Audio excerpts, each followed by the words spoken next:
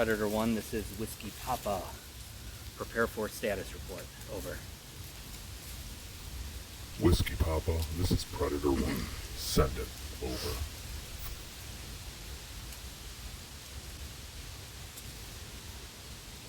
Reached checkpoint Foxtrot. I repeat, reached checkpoint Foxtrot. No activity.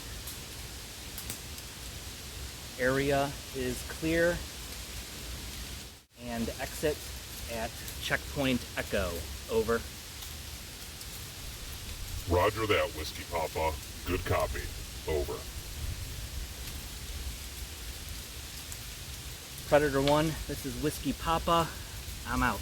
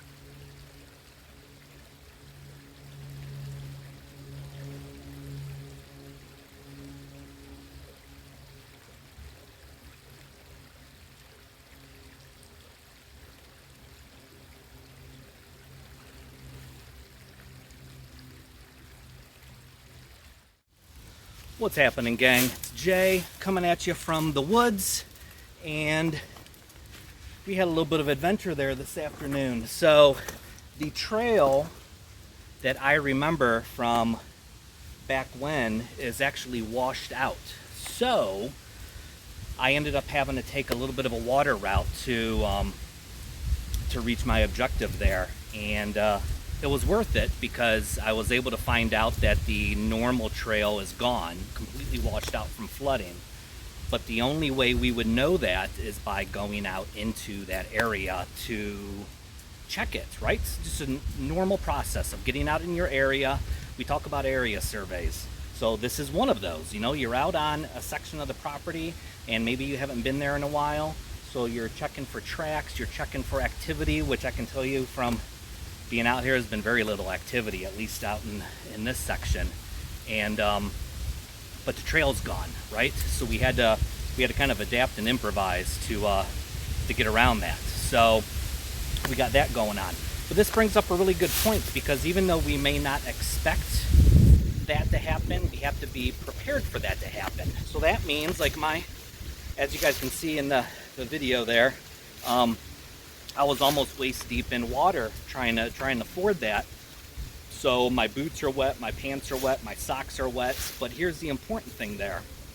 I need to get dry socks on, because what happens if I continue along for the rest of the day, you know, another 4 or 5 hours with wet socks, I'm going to end up getting blisters, and then that puts you out of the game. So you cannot allow that to happen. So by making sure that you pack appropriately, everyone, and this is important, this is why we carry gear with us. You know, make sure you keep stuff in a dry bag, and in here, this way my stuff doesn't get wet if I have to go all the way in. I have a dry pair of socks in there, and then I have, in case I had an unexpected night out, I have a stocking cap to put on as well. So those things like that I want to keep completely dry. So to be able to pull that out, and then let's not forget to hydrate as well.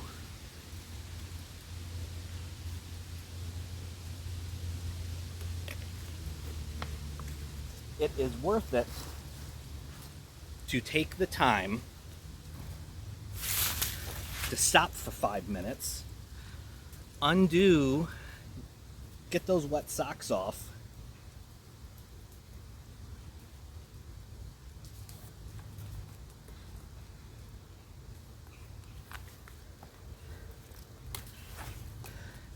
We got our boots, right?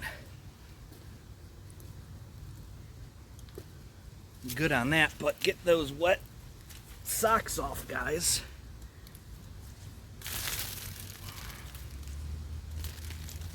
Wring those bad boys out.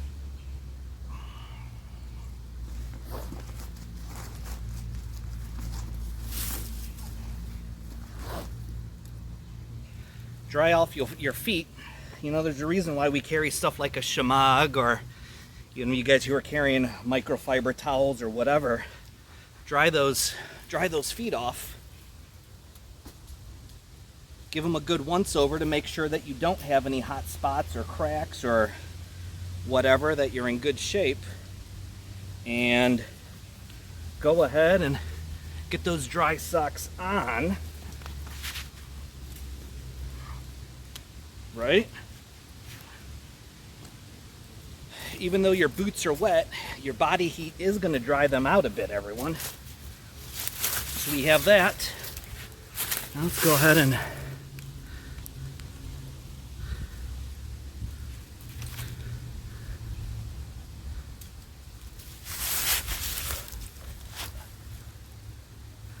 right, our boots are double knotted so that they don't accidentally come undone, especially in the water situation there or in mud. So we have that. Once again, wring your socks out.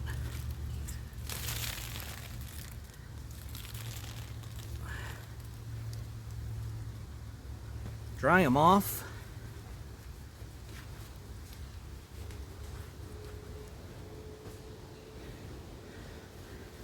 Put your dry socks on after you inspect your feet. Make sure you're good to go.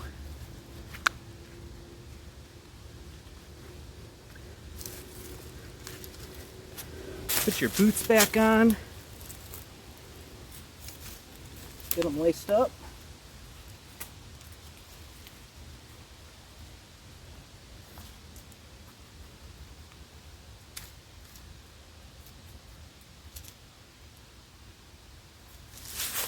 Get the other one.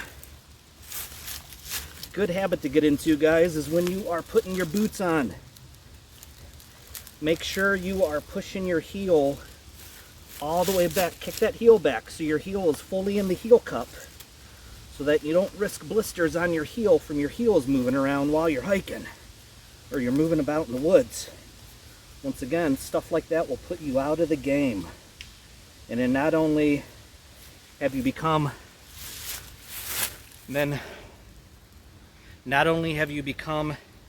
a risk to yourself, but you have now become a risk to your group, and that's no good. Do not be that guy that puts your group at risk.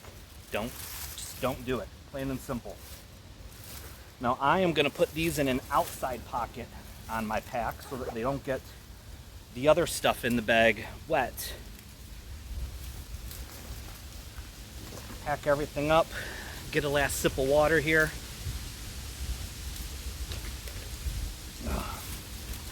And hit the trail on my way out. So, what gear do I have on today? So I have a pair of just normal lightweight backpacking boots. It's on my feet. I have a pair of BDU woodland camo pants on, a little God's plaid, always a good thing. I have on a khaki colored Sims fishing shirt. It is a quick dry UV resistant shirt that is perfect for, like, it's about 70, 75 degrees out, no humidity whatsoever, a little breezy, really perfect for this type of scenario. Plus the colors blend in really well, so that's always a good thing. There's still some green down low, but as you can see, the colors are changing fast. So I have on my chest bag here. So my chest bag, it's a copy of the Hill People Gear Heavy Recon bag. So I have this set up with a radio, with a small bushcraft knife. For those of you guys who are into knives, this is the Condor mini bush lore knife. Needs a little bit of TLC, but it's there. Got my paste beads with me. We open up the inside. I have my car keys, I have my navigation kit, I have my compass, which is dummy corded into my bag. I have some chem lights, I have a ferro rod, flashlight, lighter, all that good stuff in there. And then in the front pocket here, I have a signal panel, and I have some hand warmers, and I have a map of the area that I'm in. So all of that is right at hand, easily accessible for use. And yeah, pack I have direct action egg. So that it's a knockoff of it, but I'll just refer to it as that because I don't know where the hell else you can find the knockoffs of them. So we got that, and we have basic sustainment in there. As you guys saw, we have dry socks, a stocking cap. I have a wind shirt in there, a couple liters of water, some snacks, and a few other goodies. So anyways, that's all I got, guys. So you guys keep getting out there, keep training. Even though the weather is changing, it's no excuse to not get out there. Make sure you guys are, I worked up a sweat. Make sure you guys are getting out there and coming up with scenarios and exploring areas. It's going to be moving forward. Doing those things is going to be more and more important to you guys. So make sure you are doing it. So anyways, that's it. November's right around the corner. This month's newsletter, or November's newsletter on the for my Substack, is going to be about a week or two late. There's a project that I'm wrapping up, and I need to dedicate my time to that in order to get that done. And then I'll get the newsletter out by the middle of November. So stay tuned for that. Good stuff coming. You guys be good. Keep getting out there, and we'll chat with you soon. Later.